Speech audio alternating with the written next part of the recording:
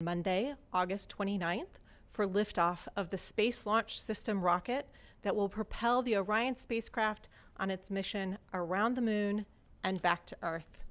The first in a series of increasingly complex missions, Artemis 1 will be an uncrewed flight test that will provide a foundation for deep space exploration and demonstrate our commitment and capability to extend human existence to the moon and onto Mars.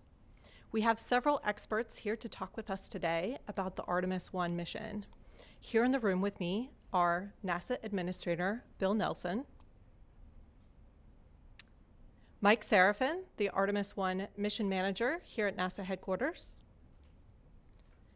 Pavya Lal, Associate Administrator for Technology, Policy, and Strategy at NASA headquarters. Joining us from Kennedy Space Center in Florida is Charlie Blackwell Thompson, the Artemis 1 launch director. Joining from NASA's Marshall Space Flight Center in Huntsville, we have John Honeycutt, Space Launch System Program Manager. And joining us from Johnson Space Center in Houston is Howard Hugh, the Orion Program Manager. Each of our speakers will share opening remarks, then we'll take questions from reporters on the phone line. Reporters can enter the queue by pressing *1 on their phone at any time. First, we'll have remarks from NASA Administrator Bill Nelson.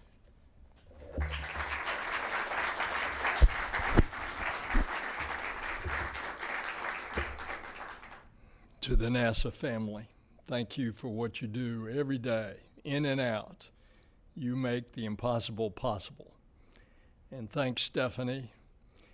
Just 26 days, most powerful rocket ever built, KSC, historic launch pad 39B.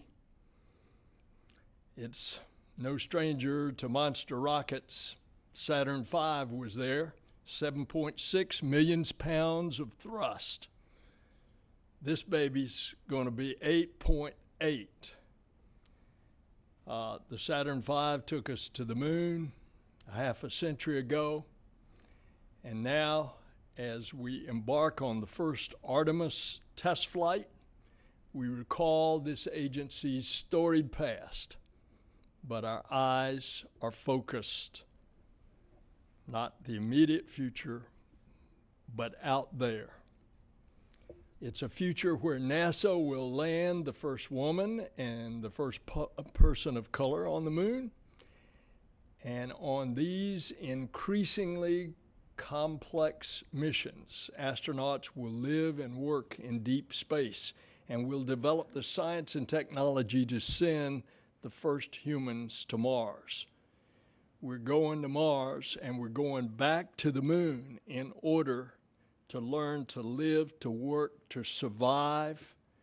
How do you keep humans alive in those hostile conditions? And we're going to learn how to use the resources on the moon in order to be able to build things in the future as we go, not 250,000 miles away, not a 3-day journey, but millions and millions of miles away on a months and months, if not years, journey. And we're going together. We're going with our commercial partners, and we're going with our international partners. On Artemis 2, the first Canadian will fly. It will be the first Canadian astronaut to go to the moon. The first European and Japanese astronauts will fly around the moon on the Gateway, which is our lunar outpost. The Space Launch System, this rocket, is the only capable rocket of sending humans into deep space, and it's the most powerful in the world. And so you're going to see the evolution of this rocket. It's at one height now, and by Artemis 4, it's going to be taller, and it's going to be more powerful. And then on top of it is the spacecraft, Orion. And on this mission, Orion will venture farther than any spacecraft built for humans has ever flown. It will be on a mission of over 1 million miles to the moon and back, and all kinds of orbits around the moon testing this spacecraft. It's a mission of 42 days. And after its long flight test, Orion will come home faster and hotter than any spacecraft has before. It's coming back at 32 Mach. It's going to hit the Earth's atmosphere at 32 times the speed of sound. It's going to dip into the atmosphere and bleed off some of that speed before it starts descending through the atmosphere. On the space shuttle, we were at 25 Mach, which is about 17,500 miles an hour. This heat shield of Orion is built so that it will stand the hotter environment as it's coming in first at 32 Mach. You come back from Mars, it might be at 36 Mach. So we've got a lot of testing to do. And once that spacecraft, we're testing this heat shield. It's the most advanced heat shield ever. Once it comes into the atmosphere, then it's going to slow down to, before the parachutes are deployed, about 300 miles an hour. Now, last week we were down at Kennedy, and I was in the vehicle assembly building with a bunch of students and letting them look up on a surprise visit. It was the ones at the KSC camp. And you should have seen them. They didn't know. This was a surprise that Bob Cabana and I did for these kids. You should have seen the utter amazements of the kids that they looked up at this behemoth in the vehicle assembly building, looking up at the SLS. We saw the hard work of thousands of people around the world that was proudly on display right there, and soon that baby is rolling back out to the pad. 17 stories high, solid rocket boosters, enormous core stage holding the liquid hydrogen and oxygen tanks. And then underneath Orion, the spacecraft, is the European Service Module, the powerhouse of the Orion spacecraft that will provide Orion with power and life support for the astronauts for the future flights. And that comes from our friends at ESA, European Space Agency. And I'm telling you, a couple weeks ago, I was in Europe, and they are gaga.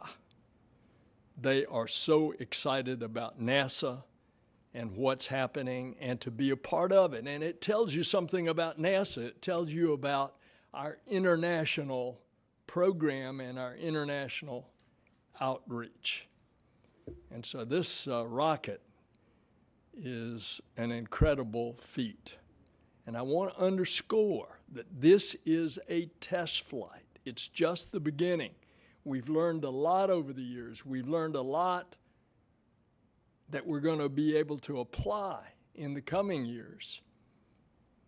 Developing a new rocket, and this is a new rocket. It's a derivation of the solid rocket boosters from the shuttle. 4 segments. This is 5 segments. It's a derivation of the core stage for the space shuttle, but so much different, so much larger, more complex. And when you look at the rocket, it almost looks retro. Looks like that we're looking back toward the Saturn V, but it's a totally different, new, highly sophisticated, more sophisticated rocket and spacecraft. And we're going to learn from this Artemis 1.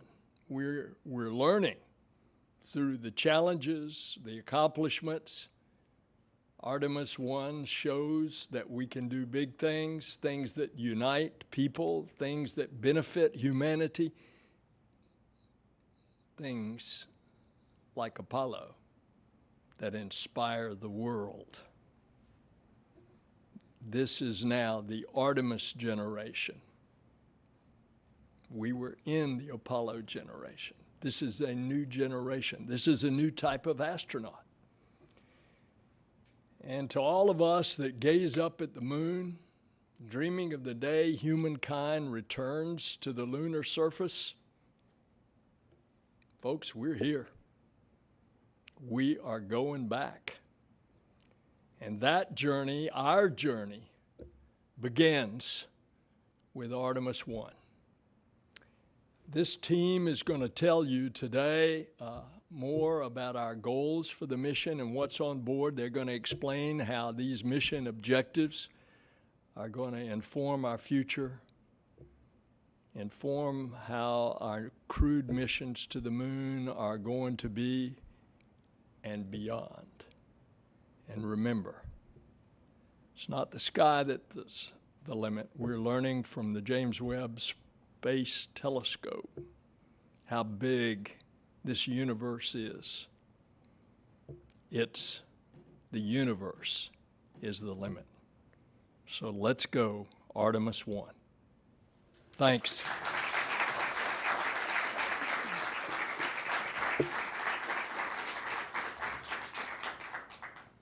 Thank you. Sorry. Next, Mike Serafin will give us an overview of the mission and the primary mission objectives, and Pavialal will talk about some of the payloads riding along on this mission that have the potential to contribute knowledge to future exploration missions. Over to you, Mike. Okay, good morning, and thank you for your interest in our mission and our program. If we could roll the video, we'll set some expectations about what some of the major mission highlights are that you may see throughout the course of Artemis 1. Rollout will occur in about 2 weeks, and that'll signal that launch is near. The entire mobile launch tower, as well as the rocket and the spacecraft, will head out to the launch pad together and be positioned at Launch Complex 39B over a flame trench. We'll load it with cryo, the fuel and oxidizer, into the core stage as well as the upper stage. And when all systems are go, we'll give the go for launch, and Artemis 1 will begin. The 32-story tall rocket will climb its way up through the atmosphere, and in 2 minutes, all the solid propellant in the boosters will be consumed and jettisoned, as well as all the liquid fuel in 8 minutes, and the core stage will be jettisoned. The upper stage, as well as the Orion spacecraft, will then proceed in 1 lap around the Earth. Orion will deploy its solar arrays and get off of battery power, and then will commit to the moon at the point of translunar injection. At that point, the rocket has done its job, and now Orion is on its way to the moon. At its closest point, Orion will be just 62 miles from the surface of the moon, and its farthest point, it'll be 38,000 miles past the far side of the moon, which is 250,000 miles away. When we return to the Earth, the European service module will be jettisoned. It will have done its job, and Orion will set up for its primary objective, which is Earth reentry. After the peak heating period, the parachutes will deploy, and the spacecraft will splash down the Pacific Ocean off the coast of California, where a U.S. Navy team and NASA team will receive the awaiting spacecraft. We'll retrieve all the data off of it, and that will inform our readiness as well as help us understand our ability to fly astronauts on the very next mission on Artemis 2. So those are some of the highlights you can expect. We intend to bring each and every one of you along throughout the course of the mission. We will share imagery both from the ground as well as the launch vehicle and the spacecraft throughout. Our primary objectives for the mission, we've got 4 primary objectives. Priority 1 is to demonstrate the spacecraft's ability to re-enter at lunar re-entry conditions. We need the rocket to do its job in order to set up those initial conditions. So all that chemical energy that's stored in the solid boosters and liquid fuel that's stored in the core stage and the upper stage needs to be delivered to the spacecraft and put in the form of kinetic and potential energy, and then the heat shield will take that back out through aerodynamic drag as it re-enters the Earth's atmosphere. That's priority number 1. Priority number 2 is to demonstrate the vehicle in the flight environment. That is all the way from the launch pad, all the way out to the moon, and back to Earth. In order to do that, we need to demonstrate the rocket's ability to lift off safely from the launch pad That 8.8 million pounds of thrust is going to reflect off the launch pad and bounce back up in terms of vibroacoustic shock. We have water sound suppression that is there to dampen that shock as the rocket lifts off. We also have these umbilical arms that are roughly the length of a tractor trailer and weigh thousands of pounds that need to retract in those initial moments at liftoff at first motion and clear the path of the rocket as it accelerates up off the launch pad. As we head up through the atmosphere, we're going to go through the period of maximum aerodynamic loading, or max Q. The rocket and the spacecraft need to survive the ascent environment. And then all the separation events. We'll jettison the boosters. We will jettison the service module fairings that are an aerodynamic shell that cover the solar arrays during the Earth ascent. We'll jettison the launch abort system. And then we'll jettison the core stage. All these things need to work perfectly and in sequence in order to put Orion on its way to the moon. We'll demonstrate the propulsion systems to perform the translunar injection maneuver, as well as the ability of Orion to enter a lunar orbit and then return from lunar orbit. We'll communicate with assets that are beyond what we use for low Earth orbit and terrestrial users. Low Earth orbit and terrestrial users typically use the tracking and data relay satellites that are in geosynchronous orbit. They typically use the global positioning navigation system that is halfway to geosynchronous orbit. We're going to communicate and navigate using the Deep Space Network, radiometric tracking, and optical navigation. We are also going to fly out through the Earth's Van Allen radiation belts. We will no longer be afforded the ability to have the Earth's magnetic field shield us from the deep space environment. So we're going to fly into the deep space high radiation environment, and we'll experience what it's like for our astronauts to fly on subsequent missions under those conditions. So that's priority 2, demonstrate the spacecraft and the launch vehicle's ability in the flight environment. Priority 3 is to simply retrieve the spacecraft. We get the high precision avionics on board for programmatic cost savings and reflight on later flights. We also get the spacecraft structure back for environmental testing on later flights.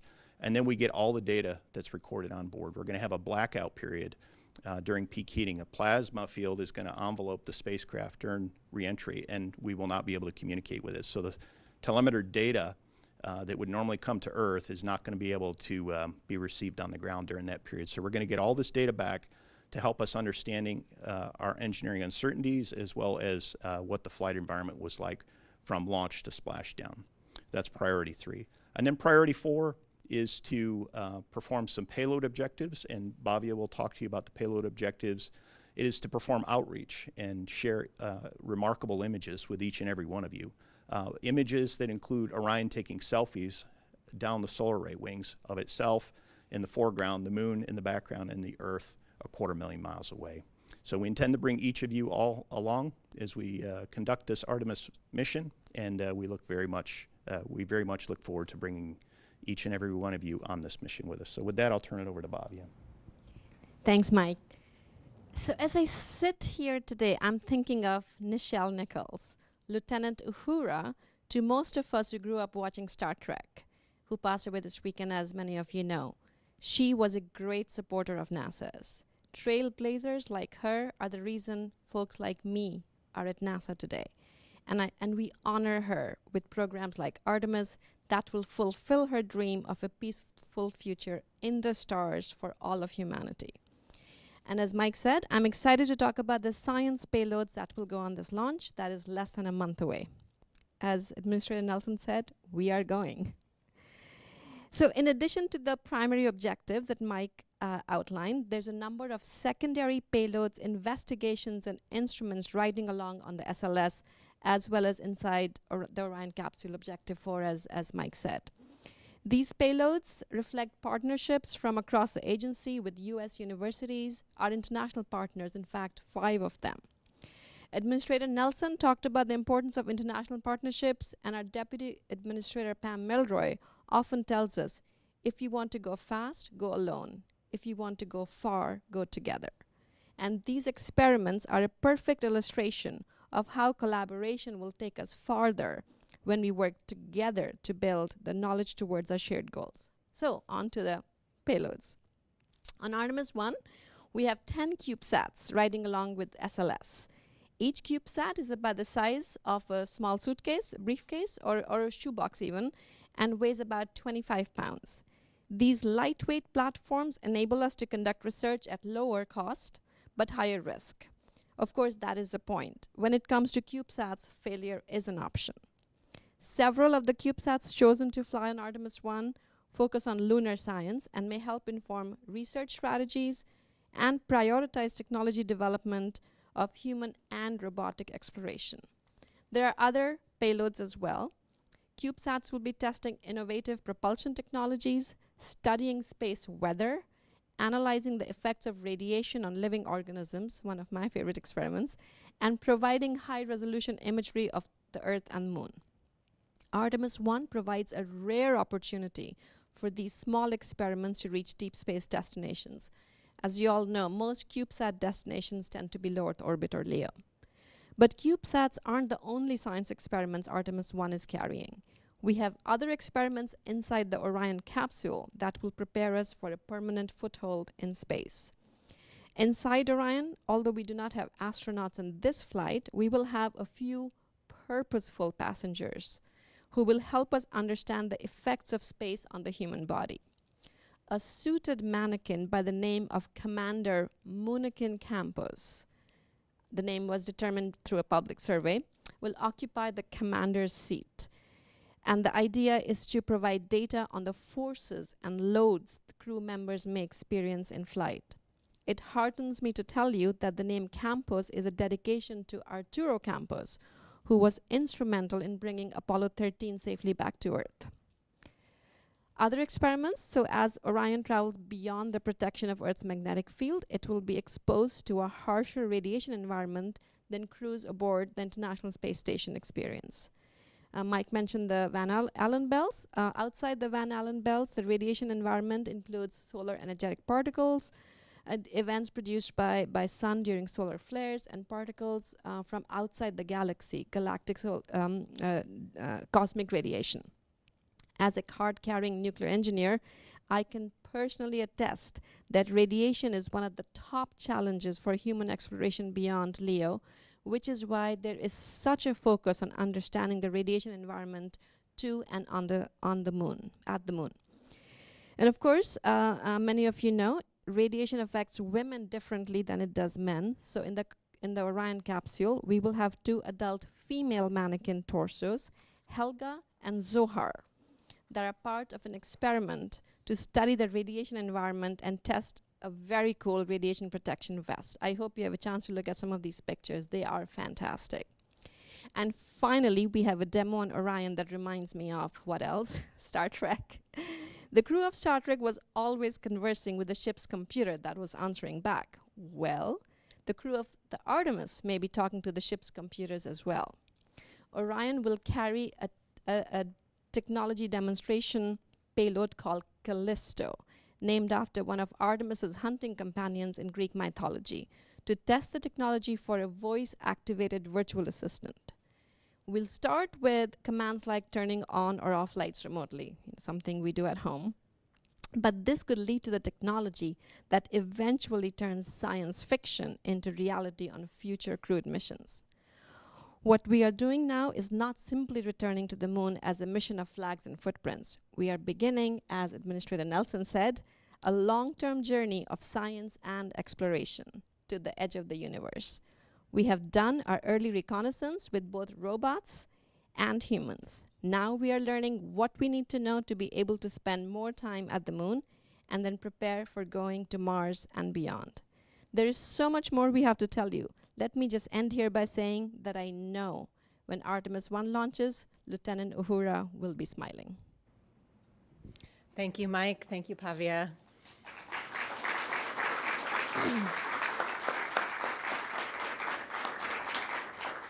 For those who want to learn more about the secondary payloads, we will have a briefing opportunity in the next couple of weeks with principal investigators and representatives for each of the payloads. Now let's head over to Kennedy Space Center in Florida to Charlie Blackwell Thompson.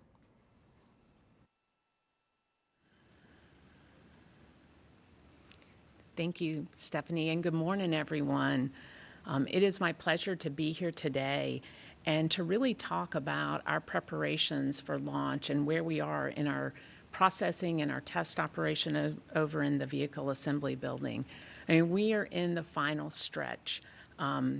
As mentioned in the previous briefing, we are targeting that launch. We're targeting that rollout date of August 18th. We are on plan for that at this time. And just to provide a little bit of where we are in our processing, I'll start at the top of the rocket. We did our final Orion power-up over the weekend, and so that was all completed. We are working through our payload stows, as described. Some of the items that go in the crew module, those are in work. And we will keep the Orion crew module open. The planned closure of the hatch is in about 10 days from now. The upper stage is all complete. Our work there is finished up, all of our testing, and we actually have the LVSA, or the Launch Vehicle Stage Adapter, closed out. The door is on. Our confidence checks are complete, as is the core stage forward skirt area and the engine section. So a good part of the core stage is all complete and closed out, ready to roll to the pad for launch. One of the remaining areas that is open is the core stage inner tank, and that is because one of our significant test activities that's upcoming, the flight safety system or the flight termination system test, is scheduled to begin next week. And we do need access to the core stage inner tank area for that testing op. We also need access to the forward assemblies on the boosters and for that test as well. Other than that, the booster work is pretty much complete. We have been working some of our thermal curtain closeouts. The left-hand booster is complete, and there's a little bit of work remaining on the right. But again, all of the work is on schedule to support our planned rollout date. And as we finish up these ops, we have already started our platform retrack. So out of the 10 platforms we have over in the VAB, 3 of them are already in the retrack position. And as we continue to finish up our work, we'll pull the remaining platforms back. We had some software updates after our wet dress test campaign. Those have been completed and rolled into what we call our TCID, which is essentially our software set that we'll use for a simulation that we have planned for tomorrow and we'll use for launch. That was loaded into the control room last night, so that is now complete as well. We do have our final launch team training event tomorrow. It is a full simulation from cryo load all the way through terminal count, and we're certainly looking forward to getting that sim behind us and getting that final chance to practice launch countdown before our big day arrives. So once the work in the VAB is completed, we will head out to the pad. We have an 11-day pad campaign. Very similar to what we've done in the past. We'll roll out, get the vehicle hard down, validate the services, the command and control data, telemetry, any of our commodity connects. And then we'll get into our work over in Orion, extend the crew access arm, open up the hatch. We do have some testing, some program-specific engineering tests that we'll be doing. These are similar to what we did in our first campaign for Wet Dress 1. We do have a few additions there, but we'll take care of that, as well as servicing the boosters and our launch countdown preps, and then into launch countdown itself. So for that August 29th launch attempt, we would look to have called the stations at 09:53 on Saturday, the 27th, and our tanking operations would begin early in the morning on Monday. We have added a little bit of time to our countdown. We added an hour of time to our hold before tanking, and that was to take care of a couple of things. The first is, as part of our wet dress loading operations, we found we needed a little additional time, and we wanted to make sure that we were all set up and configured for an on-time launch. We will get into our tanking ops, and then once that is completed, the loading sequence is the same as what was demonstrated during wet dress in terms of we start with core stage, and start with locks, then LH2, and then we'll pick up with the upper stage load, LH2, and then locks. Once that is complete, we have some range safety checks that we'll perform. We demonstrated those during wet dress. We will demonstrate them again for launch day, and then we'll get into our terminal count. We'll count down through those critical milestones down to T0, where we'll hand over at booster ignition and liftoff to the flight control team. So as several others have said, this is a very exciting time. This is our first launch. It's been a great learning experience for our team as we've gone through the testing, the wet dress campaign, and rolled those lessons learned into our launch planning. And I expect that we'll continue to learn some things as we go through launch countdown. But I am very pleased with where we are in our preparations, and certainly looking forward to finishing up the work in the VAB, seeing this amazing vehicle roll to the pad, and finish up the final preparations for launch. That's great. I can't wait to see it. The mission has been so many years in the making, and so we have a brief video to share with you reflecting on the work that has brought us to this moment.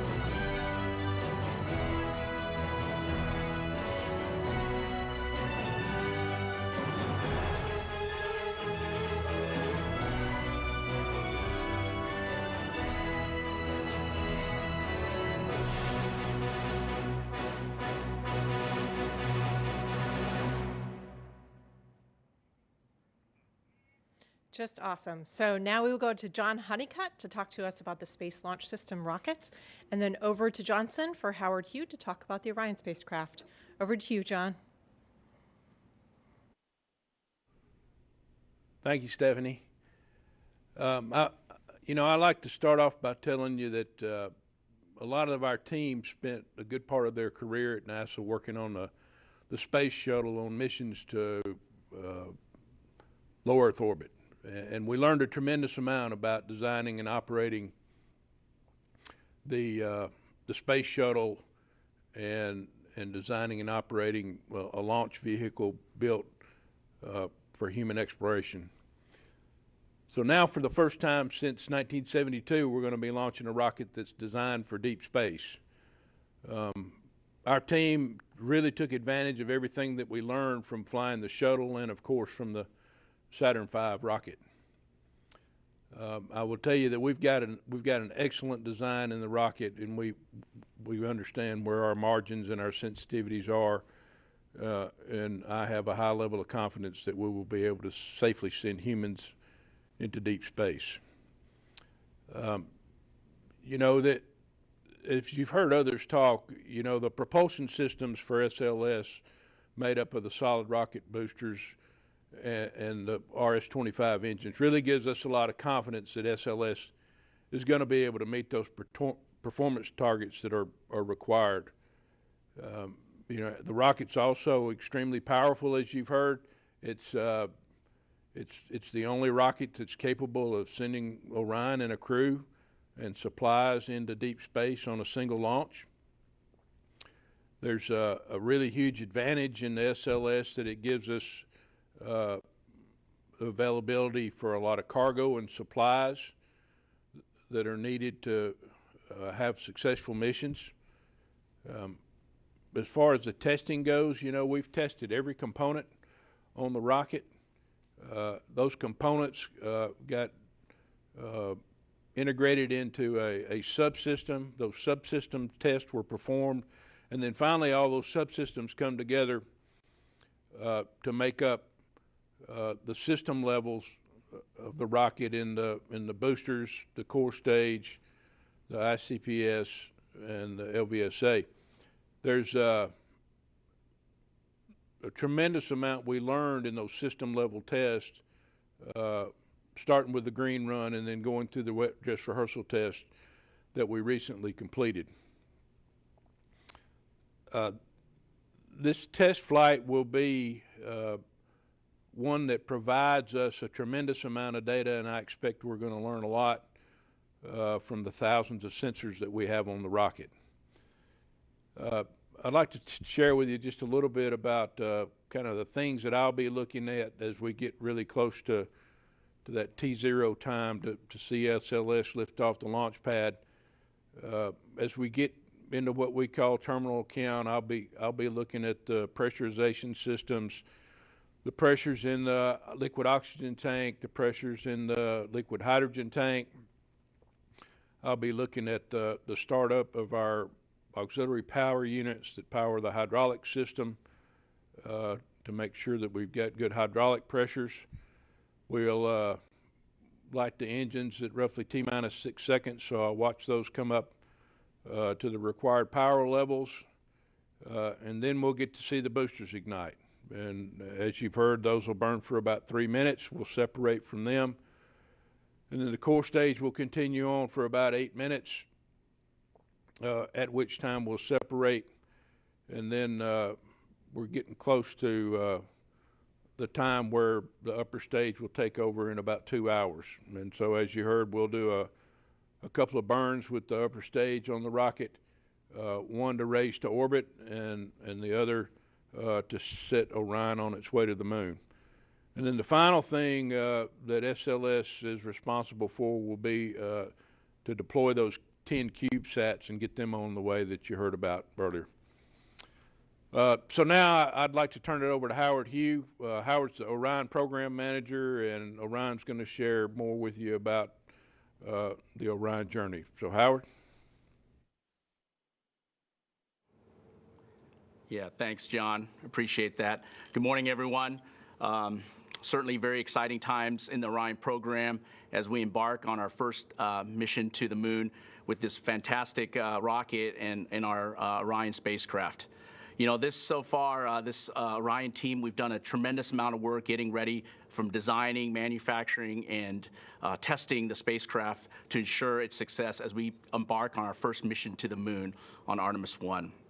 You know, it's been a very collaborative effort across multiple NASA centers with our industry partners and, of course, our suppliers across all 50 states, and including the European team as well. Administrator Nelson mentioned earlier, the European team is a very important part of the Orion spacecraft. European Space Agency and their industry partners across 10 European countries is responsible for building the European service module. It's the powerhouse side of the vehicle, where it's got the primary propulsion, power, and life support resources we need for Artemis 1. You know, one of the things that is very important, and the video reminded and brought some good memories back of all the testing we've done on the spacecraft, both in Europe and in the U.S. You know, we've had significant effort, not only testing every component, spending hundreds of thousands of hours testing those components, testing the integrated system, and testing the Artemis 1 spacecraft. Really, really great tests that we performed. And of course, we've also had 3 previous flight tests, 2 testing our launch abort system, and of course, the exploration flight test 1, which we were able to demonstrate some of the crew module capabilities along with the parachutes. So that was very good in terms of being able to check out the systems, not only on the ground, but our previous flight tests to be ready for Artemis 1 mission. Now, you know, as you may have heard and heard from others, you know, Orion is designed for a deep space type of mission at the very beginning. Our core systems, we're using advanced life support systems, avionics, communication, guidance and navigation, and control, software and hardware. And all those systems are reusable going forward as well. So it's really important that we have a good opportunity to test those systems together on Artemis 1. And of course, Administrator Nelson also mentioned our heat shield, you know, the biggest heat shield we ever built to withstand the lunar entry velocities of 25,000 miles per hour.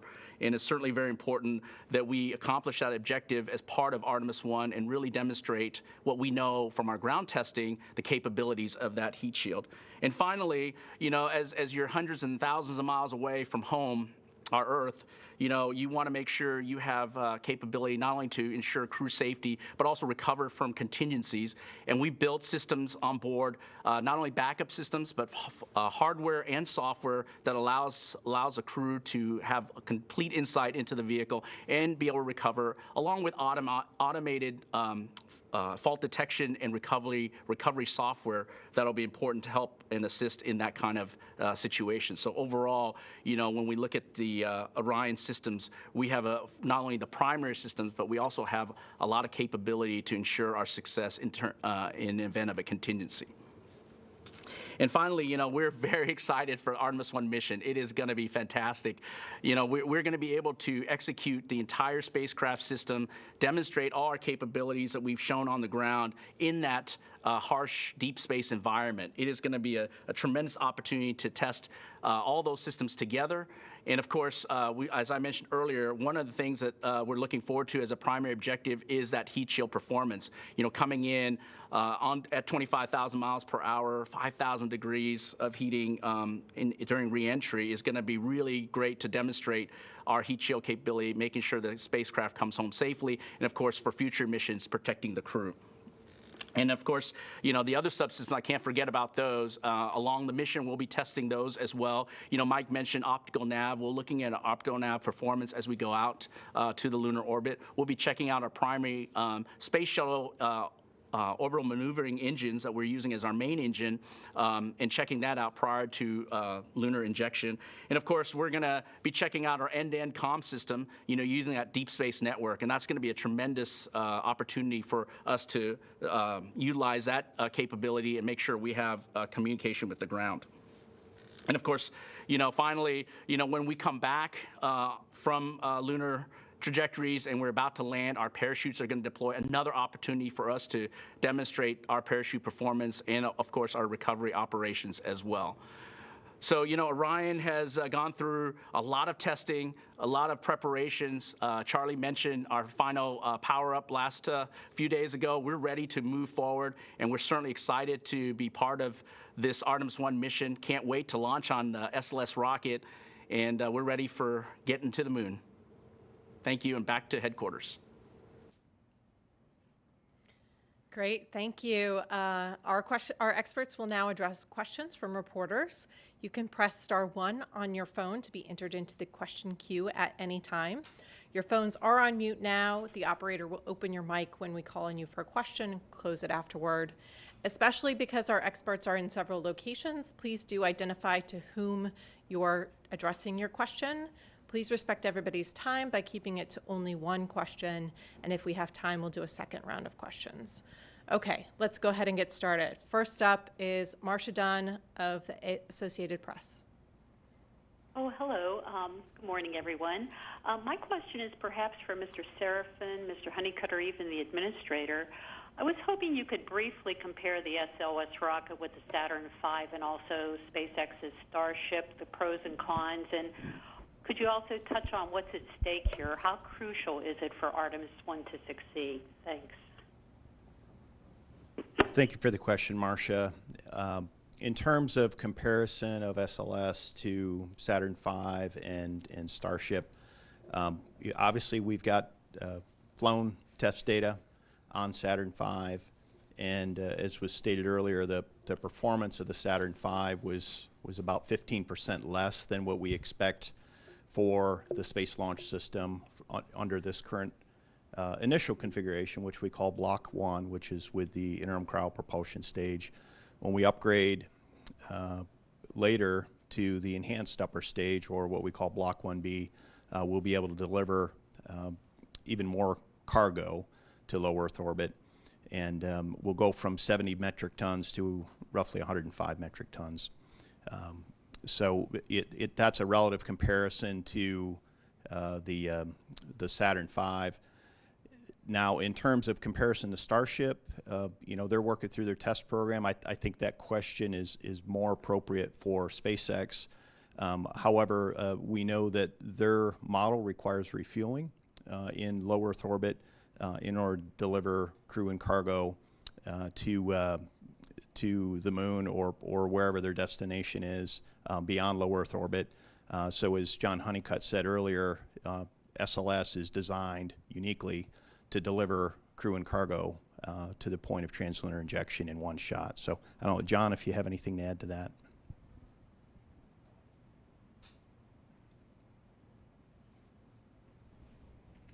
Yeah, nothing more to add, Mike. Well, I'll add your question, how important is this that it works? Well, it's very important because this is a test flight. We are actually going to push this test flight, stress it more than we will with a crew on board. And one of the things is the heat shield. It's a test flight. The heat shield's not been flown before. That's why you do a no crew test flight first. We didn't have that luxury on the space shuttle because you had to have a crew on board, but it had already tested a number of elements, those silicon tiles on the space shuttle. This is an ablative heat shield, and the only way you can test it is to get it out there and let it come in at 32 Mach. So that's very, very important. With regard to the comparison, we often hear this question, well, how does it compare, et cetera. This is the only rocket that can now go with a spacecraft to the moon. We expect that SpaceX will have their lander ready, but that's not a return. That's a lander on the moon, and that'll be for Artemis 3 and the landing, which we hope will be late 2025. The other thing that you should know is that when we have a crew and we go into that, what they call the NHRO orbit, that rocket going to the moon has got to pull a left hook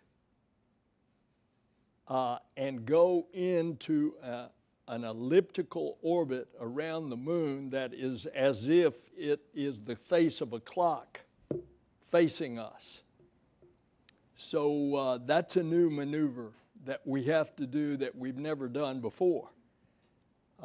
And remember, Apollo went into equatorial orbit. This one's going into polar orbit. And it's also going to be an orbit that is lined up this way, facing the Earth. And the spacecraft will orbit there in that elliptical orbit. Thanks, Okay. Stephanie. Yeah, thank you all. Our next question is from Bill Harwood of CBS News. Yeah, hey, thanks. I'd like to follow up on something the administrator just mentioned for Mike Serafin. Could you give us a sense of what sort of additional risk you're all willing to take with an unpiloted flight like this one that you wouldn't take with a crew on board? Well, okay, I won't ask the second question, but that's my question. Thanks.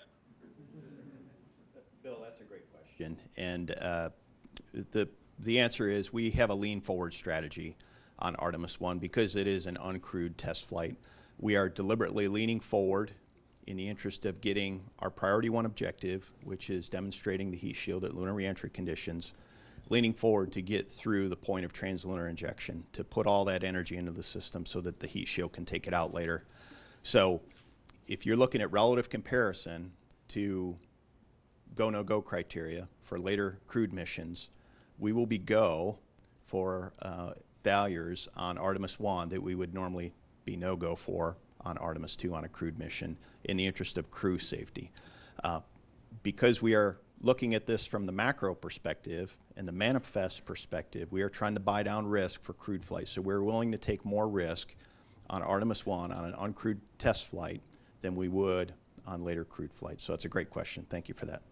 And by the way, that's why this is a 42-day mission. They're pulling all kinds of maneuvers as they go around the moon. And just remember, it's a test flight.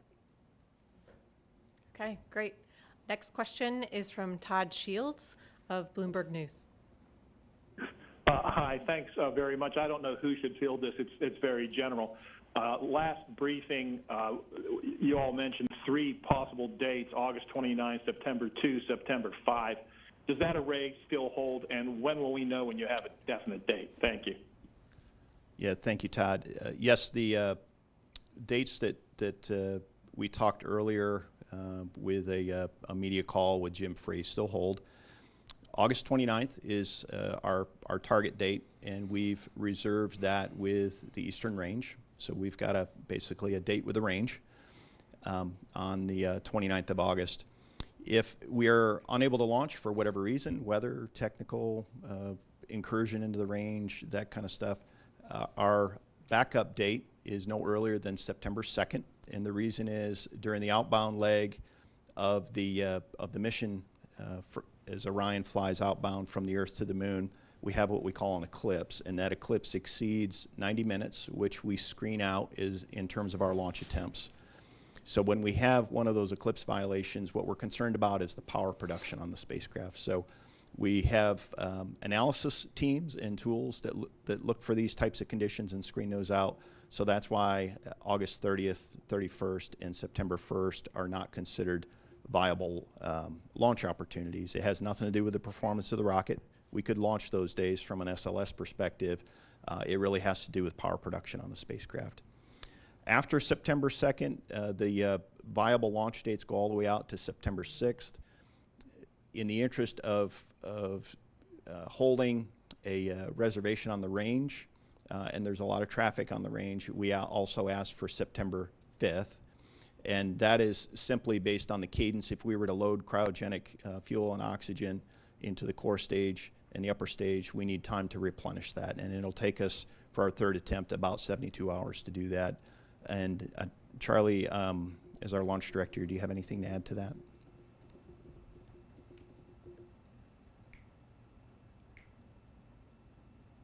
Let's see, Mike, I think you covered it. The only thing I would add is that, those are all target dates, and certainly depending on the reason that you scrub and how much commodity you used or how much maybe is remaining in the tank, certainly are drivers. We have all of those discussions at our scrub meeting when we set the official next attempt. But other than that, I think you covered it very well. Okay, great.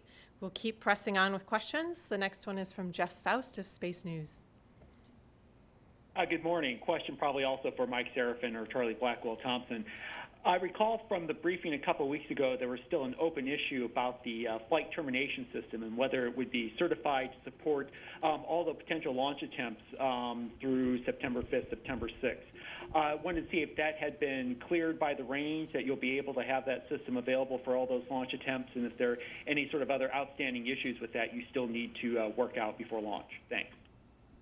Charlie, you're working that one. I'll let you handle that one.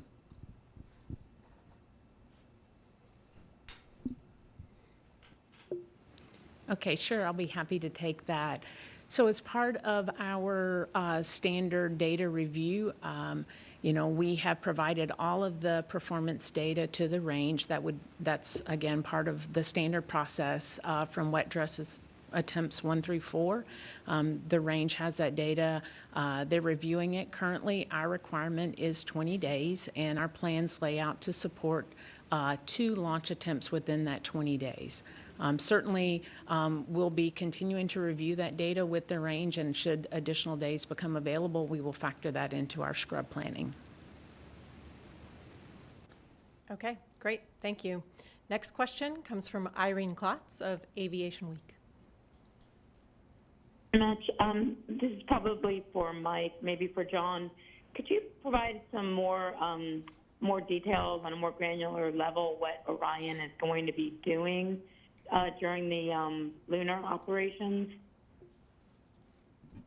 Let's see. I'll start with that one, Irene, and Howard, you can add anything that I missed. But as we head uphill, Orion will need to be converted from an ascent configuration or a launch configuration, which is designed to protect abort modes on crewed flights, into a spacecraft. And after we jettison the launch abort system, which will happen some 4-ish minutes into the flight, as well as the service module fairings, Orion will still have its solar array wings stowed. We will configure some of the cooling systems as well as the power systems during the climb to orbit, or after we get to orbit. Around the time we do the perigee raise maneuver, we'll deploy the solar arrays. Orion will get off of battery power and onto solar array power, and then a series of systems checks will be performed in order to decide whether it's appropriate to commit to the point of translunar injection. If we meet all of our go criteria as part of the go, no-go checklist, Orion will head outbound and then separate from the interim cryo propulsion stage, the upper stage. And then during the coast phase, we will look at just basically the entire spacecraft health and status. We'll transition off of the space network, which uses the tracking and data relay satellites in geosynchronous orbit. We'll transition over to the deep space network for command and control and communication and imagery and file uploads and downloads. We'll look at the whole depth and breadth of the systems, both the command and data handling, the attitude control system, the cooling system, all those systems. As we fly out through the Van Allen radiation belts, we encounter high periods of radiation, and then set ourselves up for the entry into the distant retrograde orbit. That distant retrograde orbit is a 2-maneuver sequence. The first maneuver uses a lunar gravity assist to set up a on-ramp to the lunar orbit. The Orion main engine will be fired for that lunar gravity assist, as well as for the on-ramp to the distant retrograde orbit. It's called the outbound powered flyby, and then the distant retrograde insertion. While we're out there, we'll do a system shakedown. Orion will be some 275,000 miles from Earth at that point, at its farthest point, and it'll be farther than any human-capable spacecraft has ever gone. And then we'll set up for return. And when we set up for return, we'll reverse that 2-maneuver sequence. We'll perform the distant retrograde departure maneuver, and then a return-powered flyby, again, another 2-maneuver sequence using Orion's main engines. And that is essentially our deorbit burn from 250,000 miles away. And we have to hit the Earth's reentry corridor. If we hit it too shallow, we skip back out into space. If we hit it too steep, we overstress the vehicle. And that's why this is a test flight. We want to hit that with precision, and the command and control system and the reentry and guidance system on the vehicle needs to be able to handle this. And then we'll go through the service module separation, and then we'll reorient the heat shield forward into the velocity vector, and about an altitude of 400,000 feet, we'll get aerodynamic capture, and we'll slow the vehicle down from Mach 32 to 0 in about 20 minutes after the vehicle goes through peak heating, peak aerodynamic load, and then the parachute deploy sequence once it goes subsonic, and then it'll splash down at about 20 miles an hour in the Pacific. So there's a lot of events. They are very dynamic. All along the way, we're going to be capturing imagery. We're going to be capturing engineering data. We're going to be performing science, as Bobby mentioned earlier. And there's a lot of sub-objectives within what we just talked. So I'll pause there. Howard, if you have anything to add to that. Yeah, hey, Mike, thanks. That was a great, excellent summary of all the things that are going to happen across this 42-day mission. You know, I'll just add each individual leg will have checkouts. One of the things I mentioned earlier is certainly we want to check out our propulsion system before we commit to the distant retrograde orbit. And then we're also checking out this optical nav system that'll help us navigate in case we lose comm, not only on this mission, but for future missions as well. So really great opportunity to test a lot of systems, not only the primary systems that Mike's talking about, but also other secondary kinds of objectives to ensure that all the systems that we have on board is going to be operating as we need them in this deep space environment. And also add on to, we are capturing a lot of data. We have thousands of sensors on board. They'll be recorded, and then during the mission, we will be downlinking the data, and our engineering team will be looking at it and assessing the performance along with overall health of each subsystem. So thanks, Mike.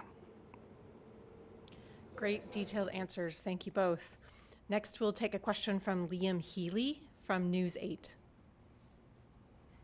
Hi, good morning, everybody. This question isn't as much directed at Artemis 1, but as the Artemis missions as a whole, so I'll direct it to Mr. Administrator. One of the big things is public outreach on a mission like this. It's always been famously believed that the Apollo missions, some of the lack of funding that ended the program in the end was due to the lack of public interest. I work in a newsroom full of people, and out of 20 people that were in our meeting this morning, there were 2, including myself, that knew that we were going back to the moon. So what's your long-term plan to keep public interest active with this as we go through the long-term stages of the deep space missions that are planned as a result of this? Tell me what your news organization is. Only 2 people in your newsroom knew about this? Yeah, we're a local CBS affiliate in Rochester, New York. Okay. If you were the local in Orlando, Florida, it'd be a whole different story. However, the point you make is a good one.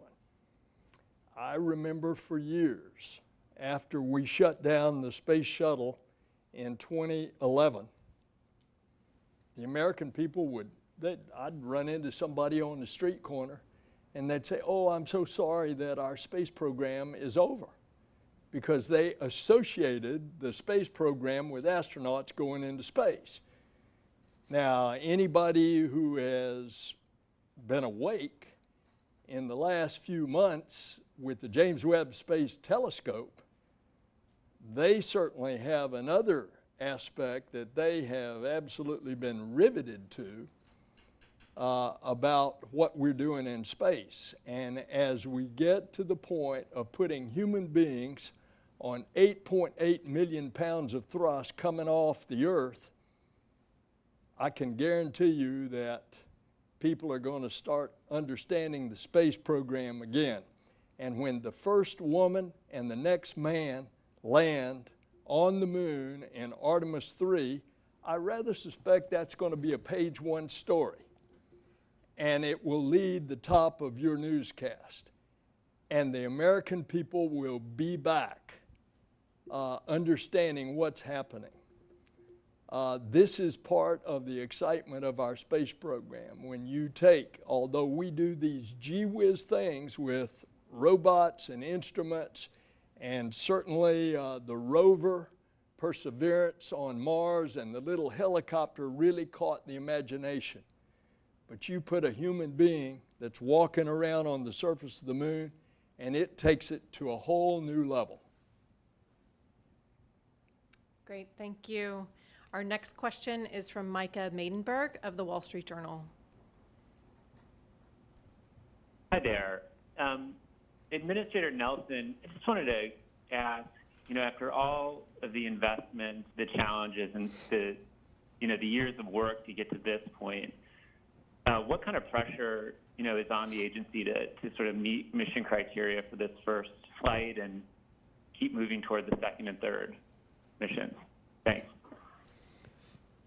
Well, there's no external pressure that's going to make this mission go or no go. I mean, this has been in the works for years. And if somewhere in your question was the implication of this being more expensive and taking longer, I would urge you to think about the James Webb Space Telescope. Same thing. But look what the results are, because we had to do it when it was right. And there were 244 things, any one of which on the way to a point in the universe 1 million miles from Earth, any one of those 244 things that had not gone right, it would have been Tube City for the telescope. Same thing with this. Now, as we get on down the road, we're doing different contracts, putting more emphasis on efficiency on our commercial partners. We're taking a bunch of contracts and consolidating them. And what you'll see is the cost is going to come down. you are amortizing the development cost in these first few flights. Over time, per flight, that cost is going to come down. But regardless, space is hard. And when you're developing a whole new launch capability to support human life and bring them back safely, it's going to cost some money. Thanks for your question. Thank you for all the questions. We unfortunately have more questions than we do time today. However, we do have another briefing on Friday, August 5th at 11:30 a.m. Eastern Time from NASA's Johnson Space Center in Houston, and we look forward to answering more of your questions during that in-depth briefing. If you do need questions answered prior to that briefing, please do reach out to Catherine Hamilton and Rachel Kraft, our public affairs officers who can get answers to your questions.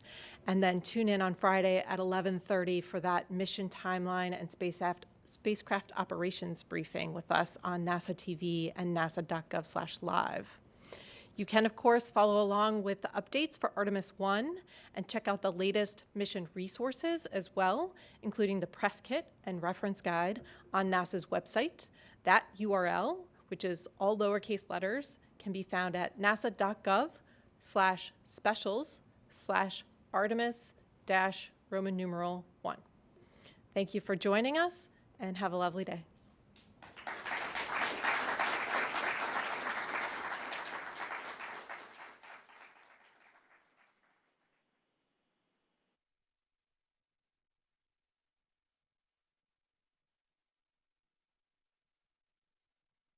We are going.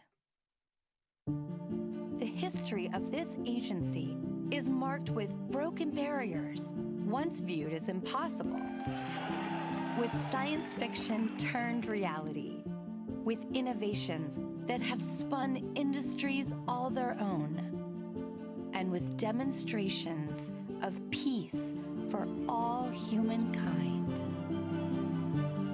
We soar in the skies of our home planet.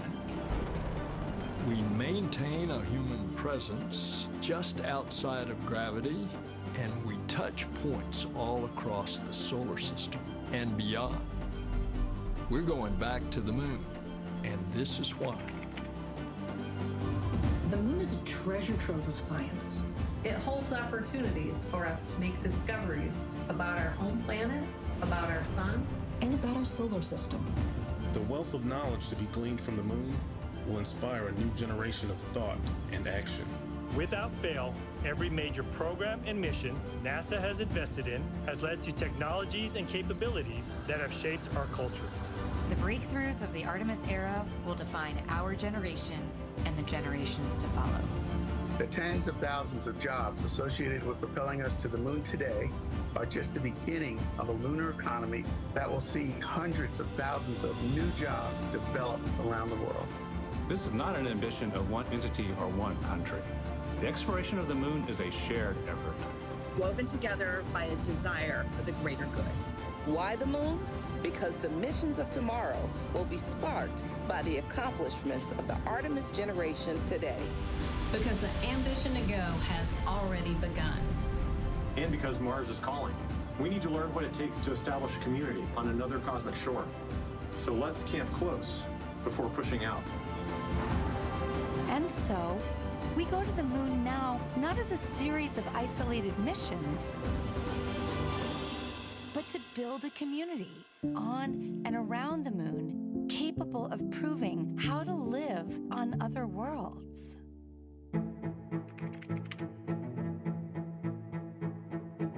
We'll use the lessons from more than 50 years of peaceful exploration to send a new generation to the lunar surface to stay.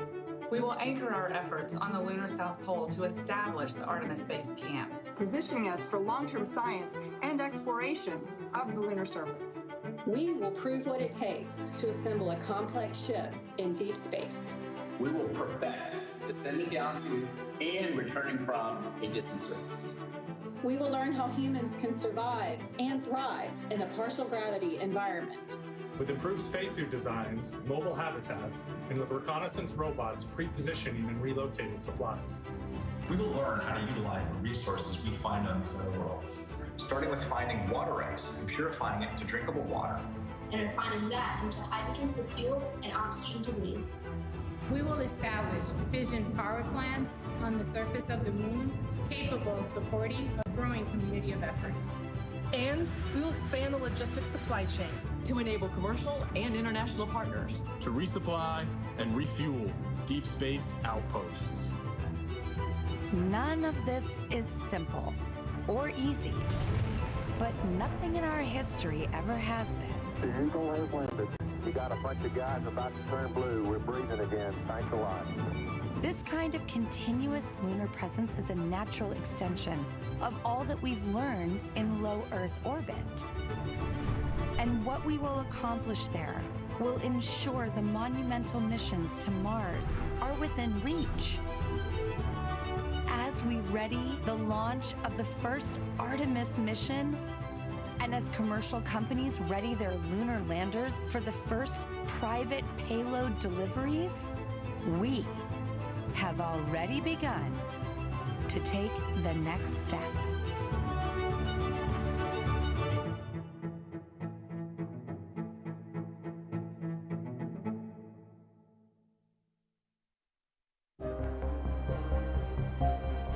Through Artemis, the twin sister of Apollo, we are returning to the moon.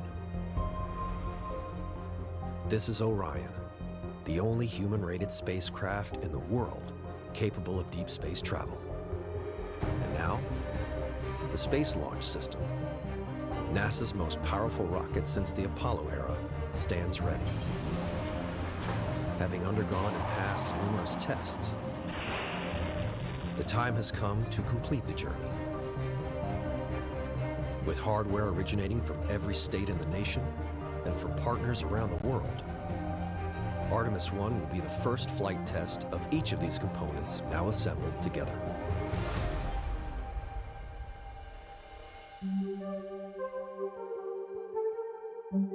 These two solid rocket boosters will provide more than 75% of the thrust necessary to leave Earth. Each booster stands 17 stories tall, a full segment more powerful than the SRBs of Shuttle. Together, these boosters are capable of 7.2 million pounds of thrust and will burn for the first 2 minutes of flight. The core stage, at 212 feet, is the tallest rocket stage NASA has ever built. With the rocket's flight computers secured inside, the core stage is designed to hold 2.3 million pounds of fuel. The 196,000 gallons of liquid oxygen and the 537,000 gallons of liquid hydrogen will combine to provide 8.5 minutes of propellant to the 4 massive RS-25 engines mounted below.